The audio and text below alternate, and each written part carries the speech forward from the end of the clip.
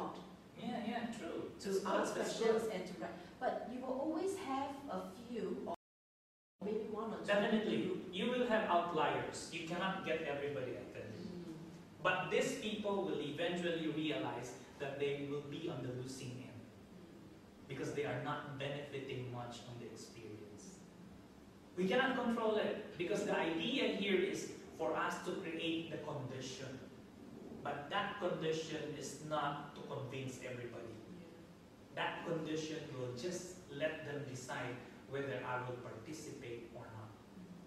I guess that's the reason why we need to know our learners well in order to create the activities. That is the first step to constructivism, knowing who they are.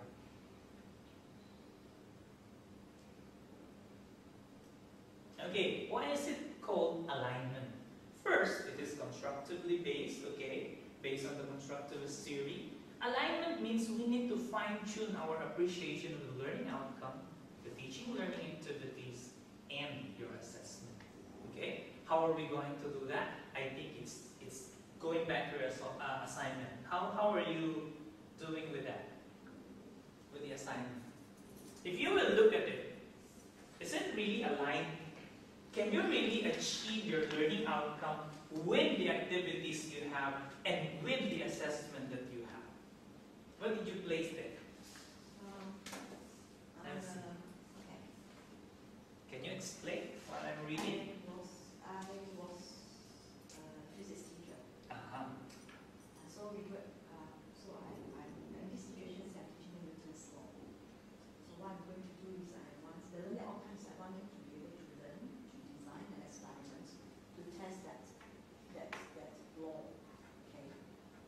And the activities and the assignment is basically that I want is they're able to write out procedures to carry out experiments. Yeah, I think this is quite simple.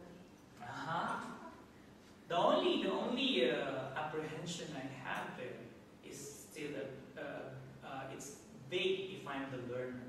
Yes. The learning outcome is like, let's say, to design,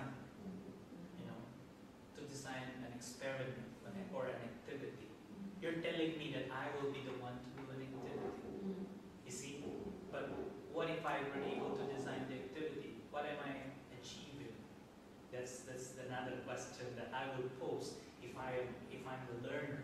Okay? I think the best learning outcome is a very direct verb that you will discover later on. Okay? It must be a verb that will say what we should trigger, what we should activate in the teaching and learning, and this must be something observable in the end so that we can assess. Okay? You will find that later on. As we move on, I will move on with your examples as we move on with the discussion. This is a common mistake. Excuse me, will you be sharing your slides with us? Yeah, definitely. And I'm trying to record this so that you can always review the tape. Thank you very much. I will not copy anymore. Yeah, no need. Just listen and engage. Very interesting. Yeah. Okay, so they said, in terms of curriculum design, this is always a problem. Okay? And there are two major knowledge, or shall we say knowledges, that we can categorize, that we are always playing with. Okay? This is the declarative and the functional knowledge. Okay? Most often than not, we are after coverage. Isn't it? Coverage, meaning content. Your dean or your whoever will ask you, be sure you finish the coverage. And for students, that's the most difficult part. Why? Because you're telling them to eat everything, Open your mouth and swallow everything, okay? And you only have 14 weeks to do that. So in my case, only 6 weeks. Oh, okay, see? I don't know how they can digest everything. My digestion is like... True! Information indigestion most of the time. And it's not only about one subject. Some students are taking 4 or 5, So how will they be able to accommodate all these things if we are really aiming for learning? Okay? Already week 3, I've got students breaking down on me. True. So this is our objective. So I'll give you the simple formula ILOTLAAT. Okay? Just be sure that you know that. Okay? Intended learning outcome, teaching learning activities, and the assessment task. These are the questions we need to ask every time we will do this. Okay? The first one is, what do we want the learners to know? That's the first question, isn't it? What do you want them to know in your subject? Usually, what is the course that you're handling, Henry? Mine, creative and feature writing for the media. Okay, let's say that is the question. Yeah. What do I want my student to know about this? They need to know how to write an article that is suitable for publication in media. Should Very, very write an article. Yeah. See, the verb is so direct, you know? So, when you present that to the student and ask the student, initially this is the learning outcome that we are supposed to do. This is the only thing I would like to do at the end of the course. And this is how I'm going to assess you, if you will be able to write. See? So that is a very direct learning outcome. So you are now very sure, what do you want the learners to know? Isn't it? So the second step now is to design the activities. How will the learners learn that thing, Catherine? What will you do? How do they learn? Okay, so for example, the first What will be your DLA? They are supposed to write an opinion piece. So they are supposed to look at different articles and they are supposed to comment on it. Why is this good and why is this no good? Why is this suitable for publication and this is not? Okay. One simple thing is when you write for the media, it is based on facts. But because this subject is creative and feature writing, how do you make the facts come alive? You have to be creative.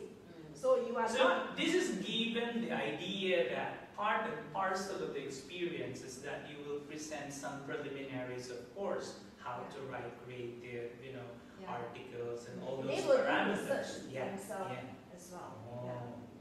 Okay, so I think the idea of your comparing and assessing what is good and what is not is a very good approach, because you are giving them certain guidelines, and you don't just tell them in a lecture type, because you just gave them an activity to do, and that's good. Okay? And I also tell them, the first lesson I will tell them, I will ask them this question: why are you doing this course? You're not doing because it is part of a module.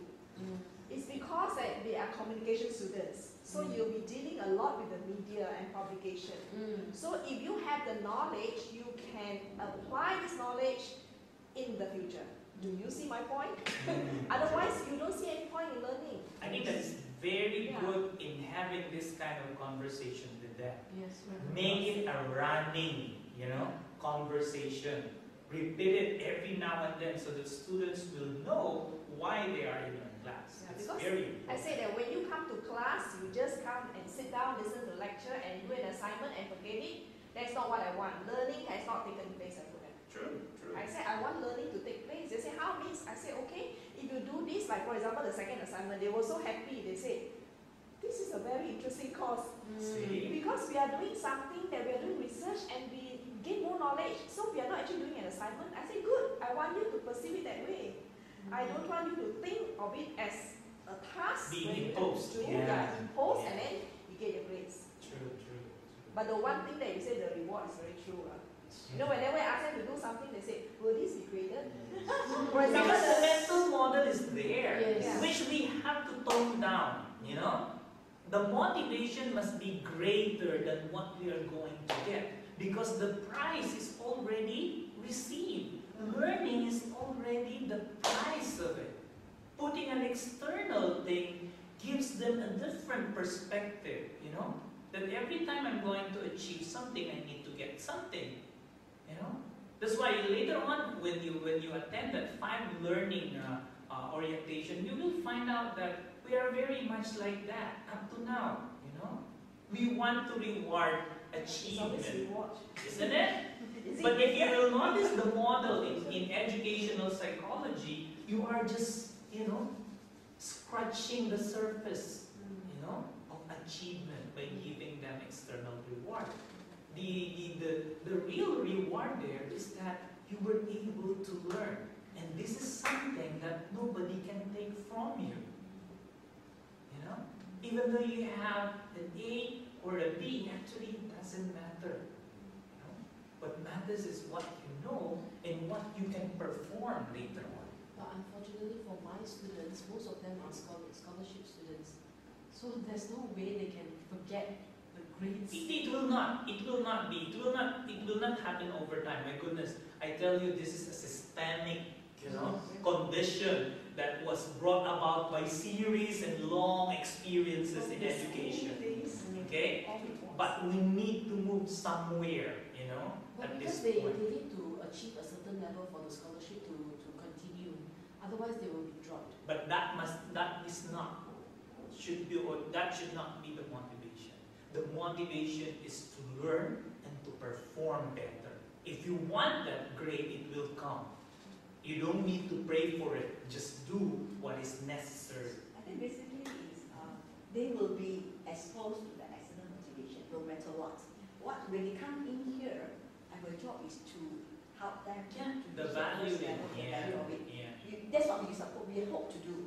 But true. that second, that external motivation. Given, that's we already can't do given. anything about That's it. already given. Yes. But somehow it covers the real intention. Yeah. That's the problem. We give so much emphasis on the reward and punishment, isn't it? But not so much on the real thing. That's the point. Okay? The third one, how will we know that the learners have learned? What is your direct assessment, Catherine? My direct assessment is an assignment. The right? That means the How well they will write. An essay lah. an essay. The essay. That's true. So, if the objective from the learning outcome is to write, the activity is to write, and the assessment is how well you have written. Isn't it? So, your verb must be crystallized along the way. You should not miss that. You cannot just say, okay, my objective is to write a creative article.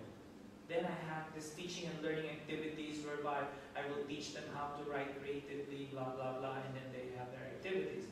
And then the assessment, it will be a multiple choice, asking them what are the guidelines for writing creative articles. If you test them along that line, you did not need the learning outcome. It's a wrong assessment. That's what the school system is about. Yeah! I came from the school system. I was so against I said, We are forced to memorize, rather than to understand. All this while actually we were taught of that. Yeah, and true. For this. And then, because it is more towards exam orientated. So students... Yeah, that is the learning for exam, true. yeah, that paper to get the cert.